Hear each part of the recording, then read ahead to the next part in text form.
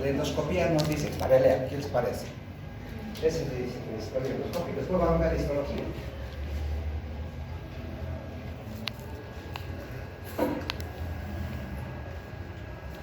Se los escriben de esa manera, ¿no? Esófago dicen estómago, esófago, el calibre, el tamaño este normal. Ese material amarillo purulento es normal para que la familia A ver, ¿qué crees que es? ¿Conmigo? Contenido, ¿no? Se fue gracias.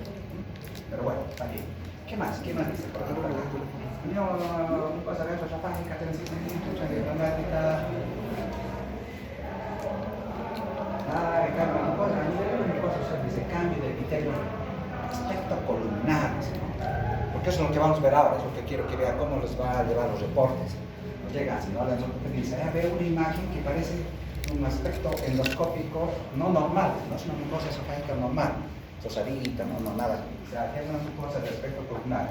Por lo tanto, lo biopsia, ¿no? El endoscopista dice, voy a tomar biopsias, ¿no? El resto de la mucosa es esófago normal, ¿no? Pero ella no vino por problemas de esófago, ella vino por problemas de estómago. Ella quería saber si, a pesar del tratamiento, tenía algo más. ¿Y qué dice del estómago?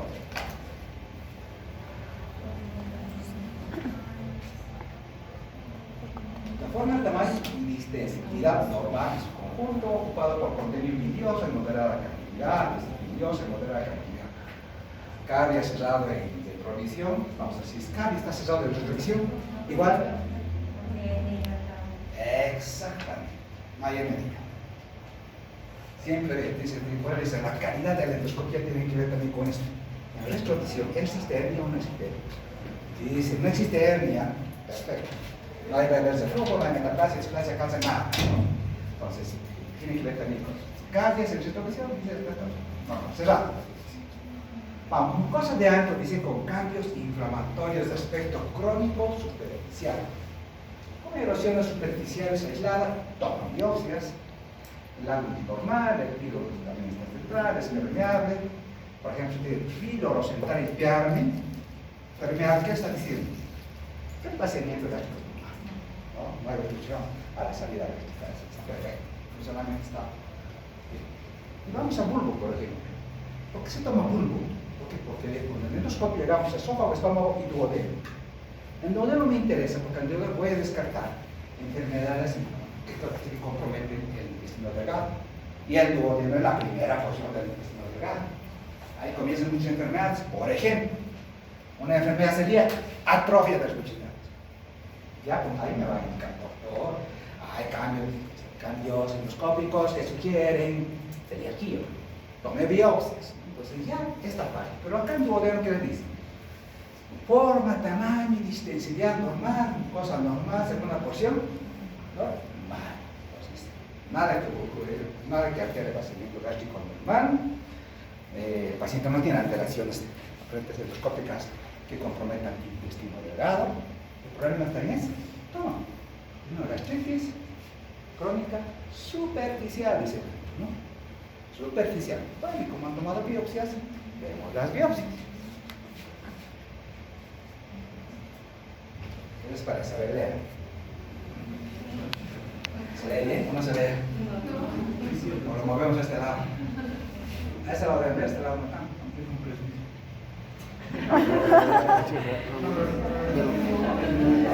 ¿Está bien? De aquí está la ¿Qué dices? La biopsia.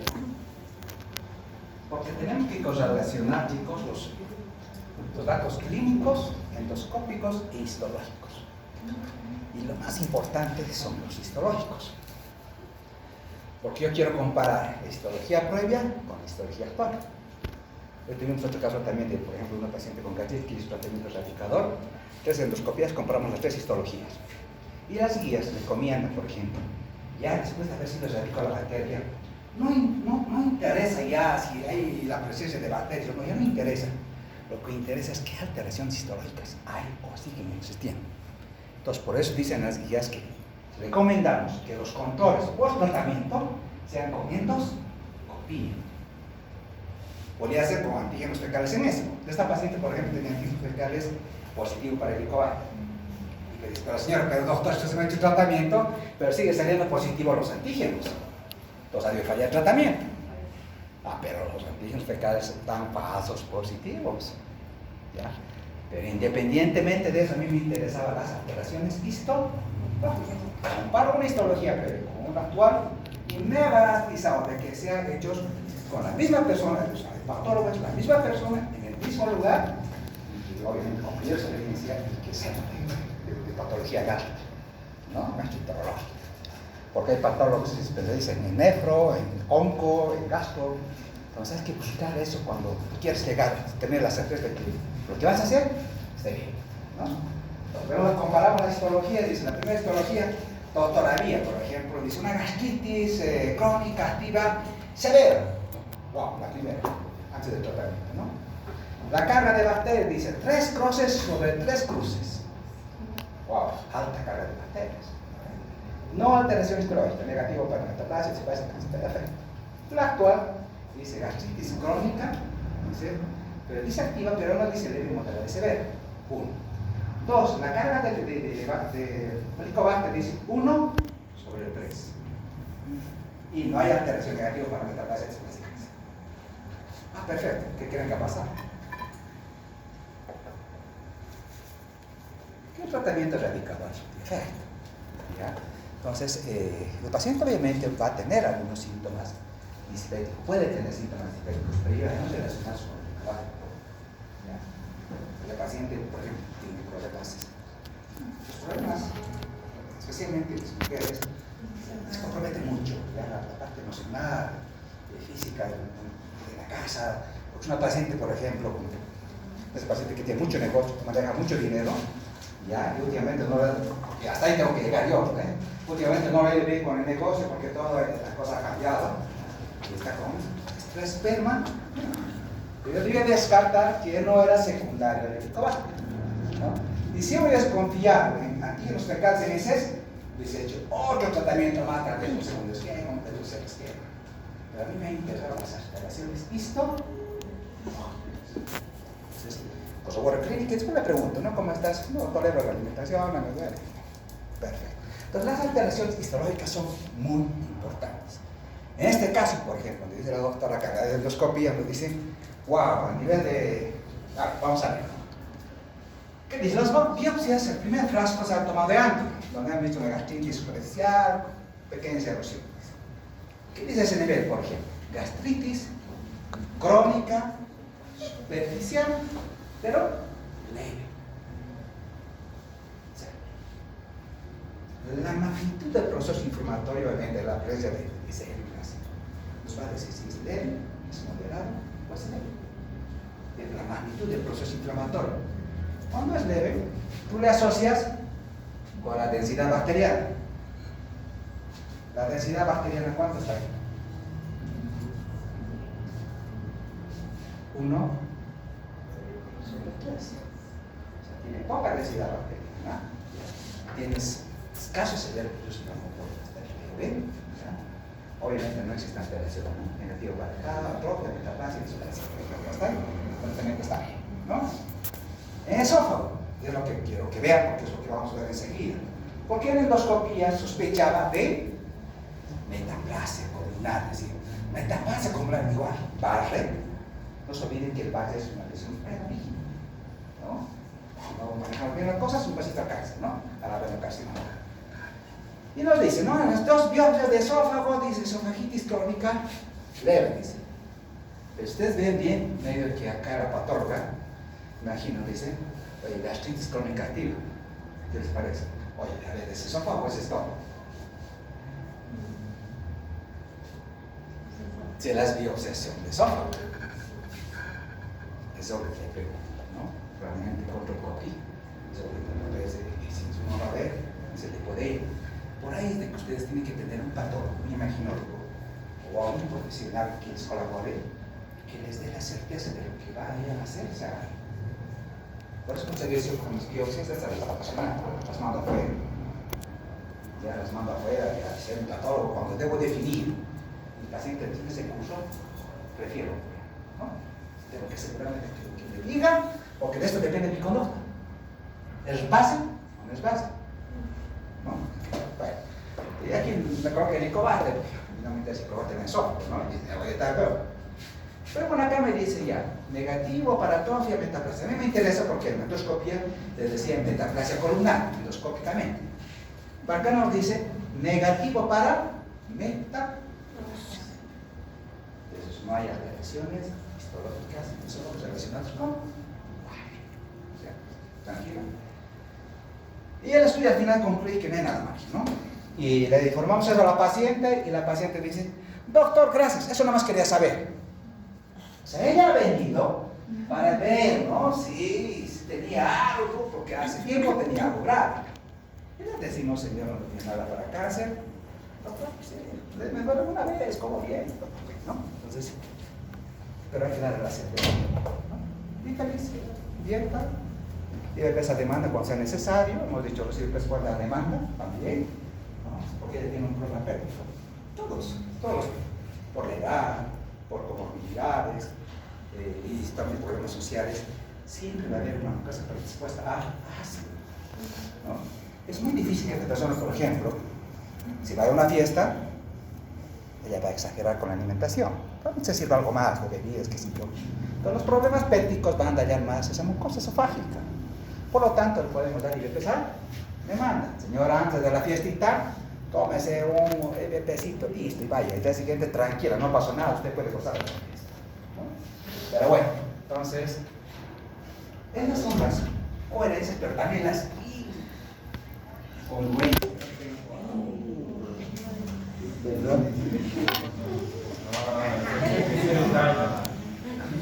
¿Esto es de qué?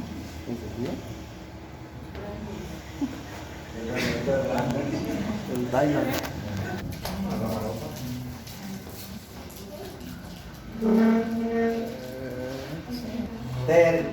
Cuando hablamos de metaplasia, ¿qué es metaplasia? Todo que es displasia, displasia de alto grado, bajo grado, cáncer. Sabemos, ¿qué es metaplasia? Pues hay cositas que ustedes tienen que conocer, ¿no? Porque para de patología vamos a hablar de cáncer de esófago, estómago, colon. Ya hace poco a poco estoy ubicado. Metaplasia. Cambio de cero. Vamos a cambiar una célula. Busca va a ser plazo por tercero. Metaplasia. Metaplasia. Ya, no hay nada que ver. Entonces, pero la ventaja de la metaplasia que es reversible. Si ustedes tratan la causa de la metaplasia, puede revertir a un epitelio normal. Si no tratan la causa, puede pasar a un displasia.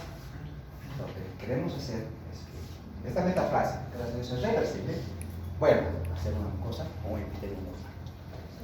Pero cuando hablamos ya de displasia, estamos hablando ya de una lesión, como dice, hay una neoplasia intraepitelial. ¿Qué dice intraepitelial? A ver, ¿quién? Neoplasia intraepitelial.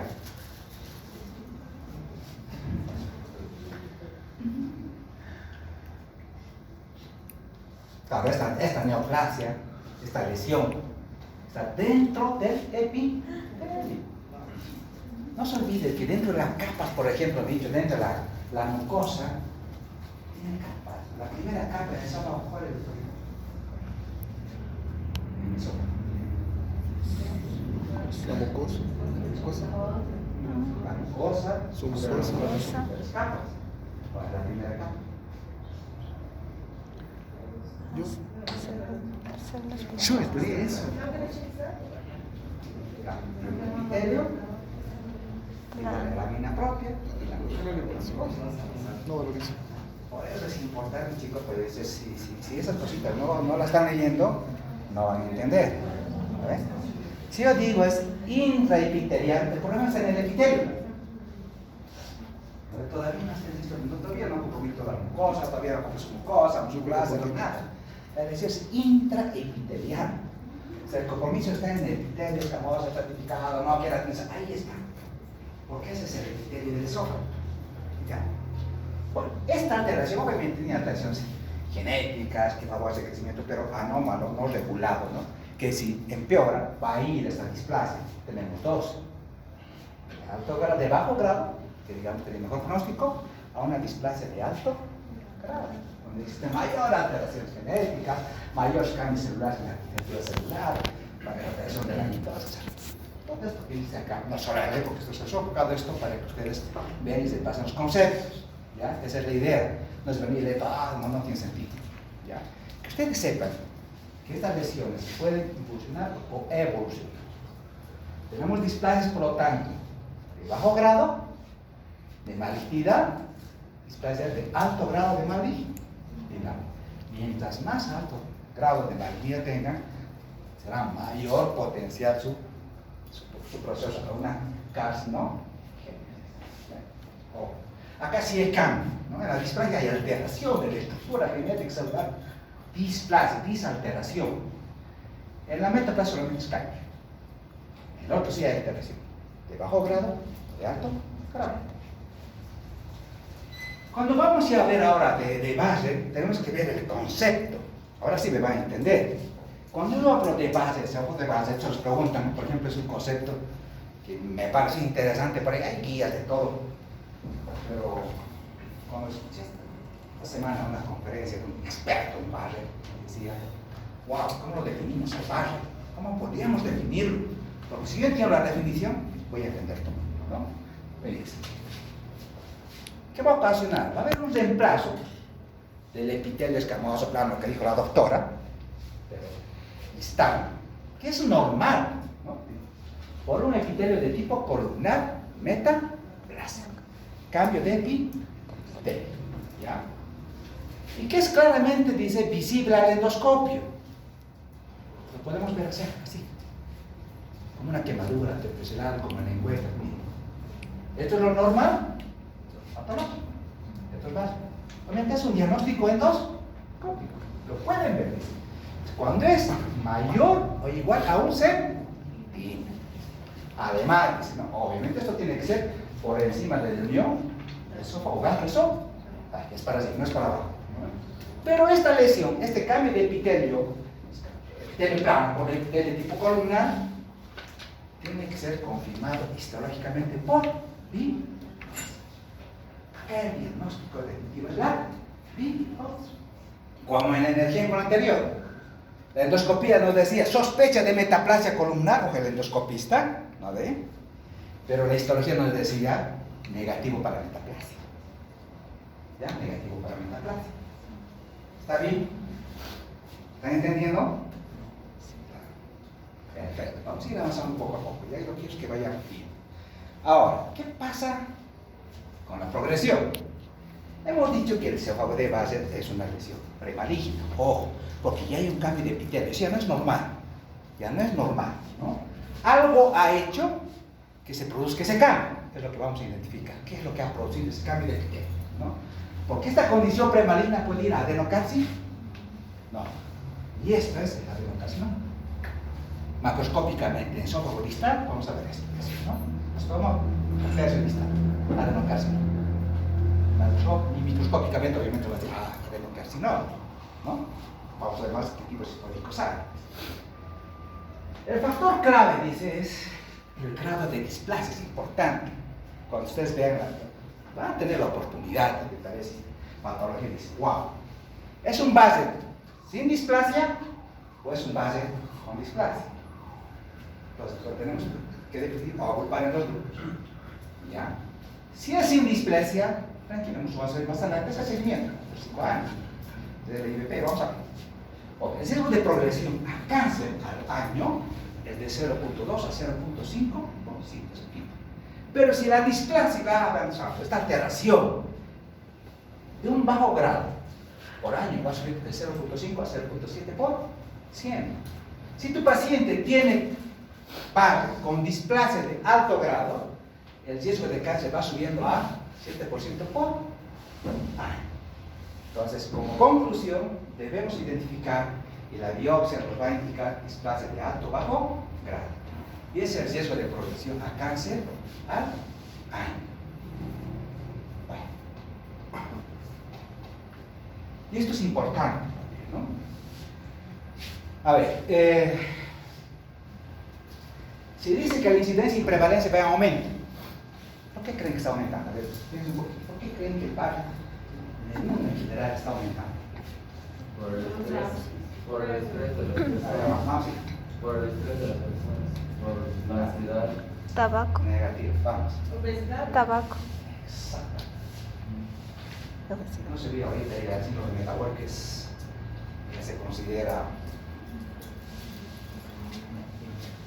a nivel mundial es ¿cómo se dice? Una epidemia. Ya, ha avanzado tanto. Tenemos tanto sobrepeso, tanto. Esta mañana, por ejemplo, una pacientita de 120 kilos, nadie quería animarse a operar, pancreatitis colectiva porque no entraba la camilla. Y la camilla de quirófano no da para operar, tiene un peso determinado. ¿No? Y estamos buscando camillas donde se complicamos. Ha aumentado el problema del síndrome metabólico, con todo lo que implica, con la obesidad. Que ese es ahora el factor de riesgo fundamental. No se olviden que la obesidad predispone a... La obesidad predispone a... Diabetes. ¿Quién quiere ganarse? ¿Quién quiere ganarse? Pero el caso del esófago, tranquilo, ahí sabemos que es ahora hay tantas cosas. La obesidad predispone más de 10, 20 enfermedades. Pero en el caso de patología digestiva, ¿qué ocasiona la obesidad? ¿Qué dijimos cuando hablamos de aquí? Enfermedad de reflujo Sí que aumenta la presión intraabdominal, aumenta la presión intragástrica. Eso por eso se forma un bolsillo ácido, hemos dicho que se produce las reacciones transitorias del esófago, reflujo. La principal causa, o sea, la que ocasiona en el esófago es el reflujo crónico. Si a ese le suman ustedes una hernia de hiato más de reflujo crónico por obesidad, en muchos casos el problema de la alergia, por lesión esofágica, con lesión, alergia erosiva con lesión, son los bajas de peso, un bypass gástrico, y listo, se soluciona todo el problema. Si tú tienes un paciente que tiene sobrepeso y dice más para mayor a 30, dieta. Todo ese flujo no necesita más cosas. Y en la dieta tampoco hay que ser mago, no necesitan medicamentos, no, porque solamente cambio de hábitos. Ustedes pueden conseguir a largo plazo, pero hay que ser muy perseverantes, ¿no? Entonces la obesidad es fundamental, por lo tanto, pues el sobrepeso de base es cada vez mucho más frecuente. La población general, dice la prevalencia, por decir, el riesgo es del 1%, ya de base. Si a eso nosotros le aumentamos más el gen, miren, va aumentando al 3%. Si a ese riesgo general de la población, más el gen, más un factor de riesgo, que en este caso sería la obesidad, el riesgo de cáncer va subiendo al 12%. Entonces, es fundamental identificar cuáles son los factores de riesgo en el caso de metaplasia, en el caso de Barrett. ¿Por qué creen que es fundamental identificar eso? Por ejemplo, el ser de sexo masculino es un factor de riesgo. ¿Por qué será?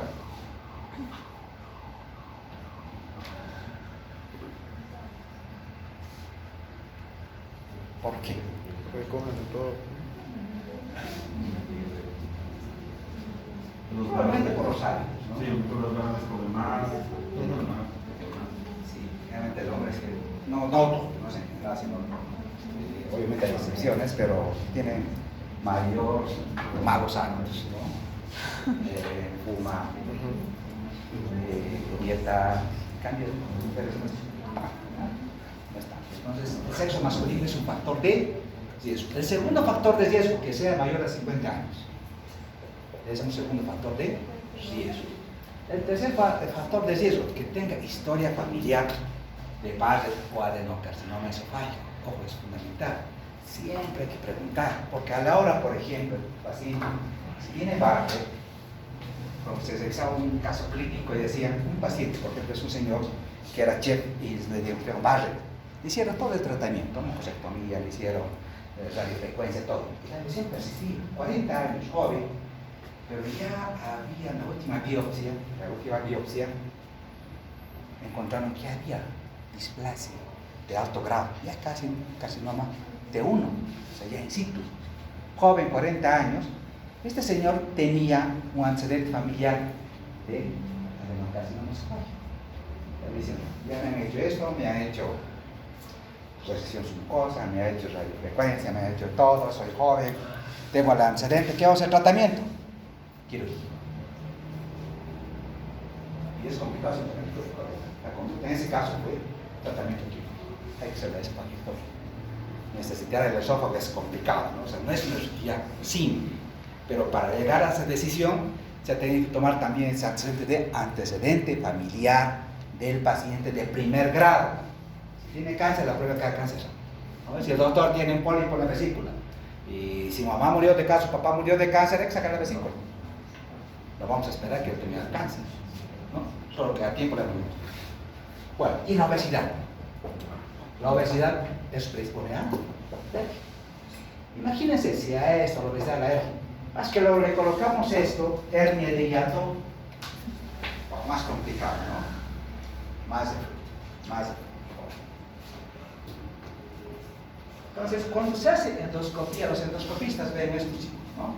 Ven la extensión del esófago de base. Dice, a ver, vamos a ver un esófago de base de segmento largo, de segmento corto. ¿Eso para qué? Para ver, mientras más longitud tenga la metaplasia, más riesgo de adenocarcinoma. Entonces dice, el segmento largo mayor a 3 centímetros, el segmento corto menor a 3 centímetros, y ultra corto dice menor a 1 centímetro. ¿Cuál tiene peor pronóstico? Segmento largo. ¿No? Ese de segmento largo tiene mayor riesgo de adenocarcinoma.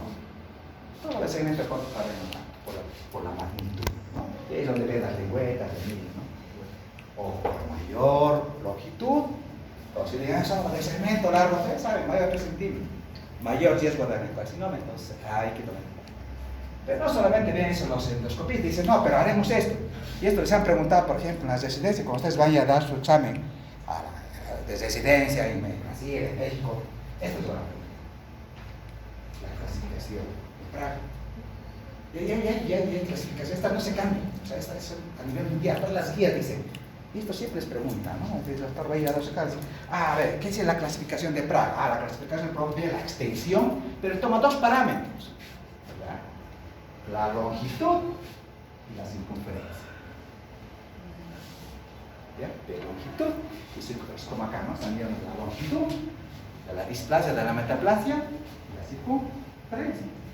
También para, ¿qué ver? Para hacer el seguimiento y para también el pronóstico. Entonces, cuando se diga, recuerda la clasificación de Praga, sí, vamos a medir, ¿no? O si es hasta 5 centímetros en longitud, hemos dicho cuánto, desde 1 hasta 3 centímetros, mayor a 3 centímetros de largo, hasta 5 centímetros, o ven en circunferencia. El esófago en circunferencia, ¿cuál es su diámetro? ¿Solo en qué me he hecho hasta 3 centímetros? No puede desplazarse el posterior hasta 2 centímetros. 2 centímetros. En circunferencia, compromete toda la circunferencia y circunferencia más de 5 centímetros. Entonces la clasificación de Praga toma en cuenta esos dos aspectos, ¿ya?